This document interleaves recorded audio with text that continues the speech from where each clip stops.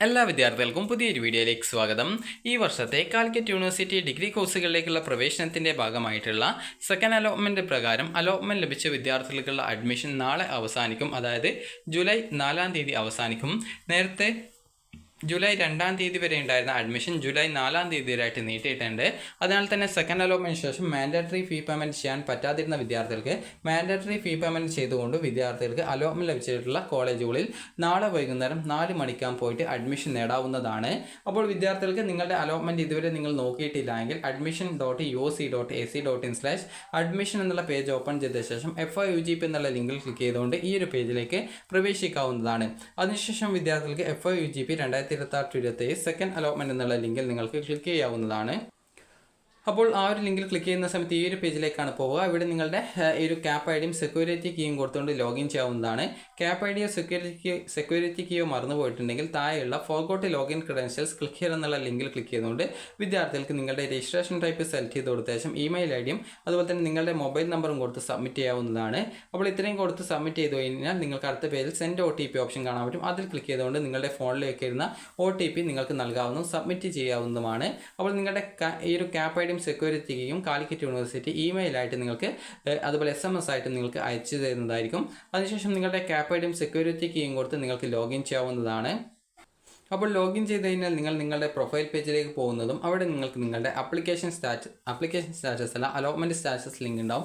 അത് ക്ലിക്ക് ചെയ്തുകൊണ്ട് വിദ്യാർത്ഥികൾക്ക് നിങ്ങളുടെ അലോട്ട്മെൻറ്റ് ഡീറ്റെയിൽസ് അറിയാവുന്നതും അതിനുശേഷം വിദ്യാർത്ഥികൾക്ക് അവിടെ ഏത് കോളേജിൽ ഏത് കോഴ്സിലാണ് അലോട്ട്മെൻറ്റ് കിട്ടിയതെന്ന് കാണാൻ പറ്റുന്നതാണ്. അപ്പോൾ നിങ്ങൾക്ക് congratulation you have got allotment എന്ന് പറഞ്ഞുകൊണ്ട് ആദ്യമായിട്ട് അലോട്ട്മെൻറ്റ് കിട്ടിയ വിദ്യാർത്ഥികളാണെങ്കിൽ വിദ്യാർത്ഥികൾക്ക് അവിടെ ഏത് കോളേജിൽ ഏത് കോഴ്സിലാണ് അലോട്ട്മെൻറ്റ് കിട്ടിയതെന്ന് കാണാൻ സാധിക്കും. അപ്പോൾ അങ്ങനെ നിങ്ങൾ ഈ ഒരു സെക്കൻഡ് അലോട്ട്മെൻറ്റിൽ ആദ്യമായിട്ട് അലോട്ട്മെൻറ്റ് കിട്ടിയ വിദ്യാർത്ഥികൾ നിങ്ങളുടെ പ്രൊഫൈൽ പേജിലെ മാൻഡേറ്ററി ഫീ എന്നുള്ളൊരു ടാബ് കാണാം. അവിടെ ക്ലിക്ക് ചെയ്യാൻ ലിങ്ക് ഉണ്ടാവും. അതിൽ ക്ലിക്ക് ചെയ്തുകൊണ്ട് നിങ്ങൾക്ക് നിങ്ങളുടെ ഡെബിറ്റ് കാർഡോ ക്രെഡിറ്റ് കാർഡോ നെറ്റ് ബാങ്കോ UPI ഉപയോഗിച്ചുകൊണ്ട് ഫീ പേയ്മെൻറ്റ് ചെയ്യാവുന്നതാണ്.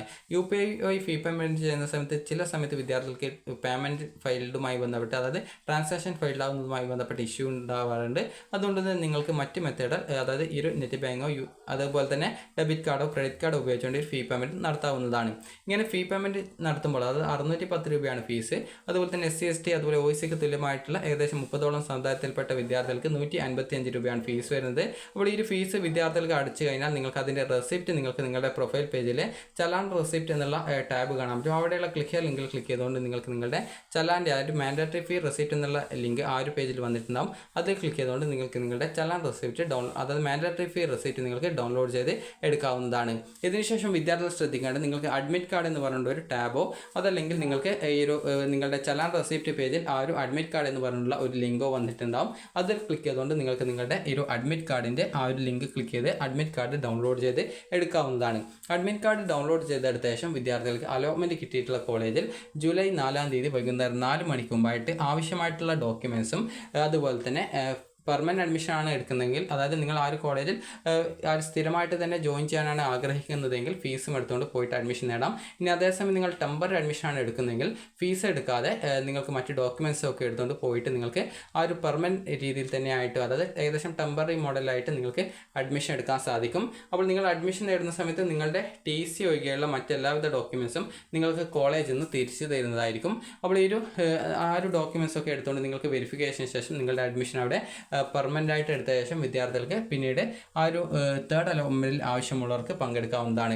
നിങ്ങൾക്ക് നിലവിൽ കിട്ടിയുള്ള ആ ഒരു സീറ്റ് തന്നെ മതി എന്നാണെങ്കിൽ അത് ഇപ്പോൾ സെക്കൻഡ് അലോട്ട്മെൻറ്റിന് ശേഷം നിങ്ങൾക്ക് ഫസ്റ്റ് അലോട്ട്മെൻറ്റിലോ സെക്കൻഡ് അലോട്ട്മെൻറ്റിലോ ഏറ്റവും ലേറ്റസ്റ്റ് ആയിട്ട് കിട്ടിയുള്ള സീറ്റ് ഏതാണോ ഒരു എക്സാമ്പിൾ 5ാമത്തെ ഓപ്ഷനാണ് കിട്ടിയതെങ്കിൽ ആ ഒരു കിട്ടിയ സീറ്റ് മതി എന്നാണെങ്കിൽ നിങ്ങൾക്ക് ഫീസ് അടിച്ച ആ ഒരു സീറ്റിൽ പെർമനൻറ്റ് അഡ്മിഷൻ നേടാവുന്നതും നിങ്ങളുടെ പ്രൊഫൈലിലെ എഡിറ്റ് ഓൺ അൺലോക്ക് എന്നുള്ള ഒരു ടാബ് ഇതേപോലെ കാണാൻ പറ്റും. ആ ഒരു അൺലോക്ക് ഓർ എഡിറ്റ് എന്നുള്ള ആ ഒരു ടാബ് ക്ലിക്ക് ലിങ്കിൽ ക്ലിക്ക് ചെയ്തുകൊണ്ട് നിങ്ങൾക്ക് ഇപ്പോൾ കിട്ടിയ സീറ്റ് തന്നെ മതി എന്നുള്ള വിദ്യാർത്ഥികളാണെങ്കിൽ ആ കിട്ടിയ ഓപ്ഷൻ്റെ മുകളിലുള്ള മറ്റ് ഓപ്ഷൻസ് നിങ്ങൾക്ക് റിമൂവ് ചെയ്ത് കൊടുക്കാവുന്നതുമാണ്.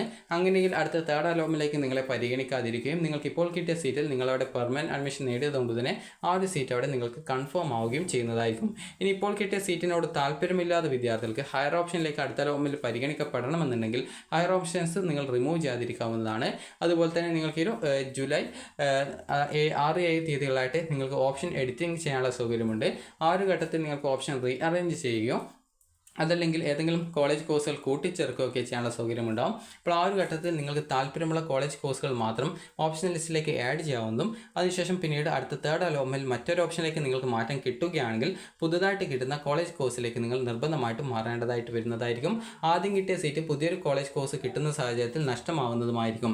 അപ്പോൾ അതിനാൽ തന്നെ നിങ്ങൾക്ക് ഇപ്പോൾ കിട്ടിയ സീറ്റ് മതി എന്നുള്ള വിദ്യാർത്ഥികൾ ഫീസ് അടച്ച് പെർമനന്റ് അഡ്മിഷൻ നേടി ഹയർ ഓപ്ഷൻ റിമൂവ് ചെയ്യുക.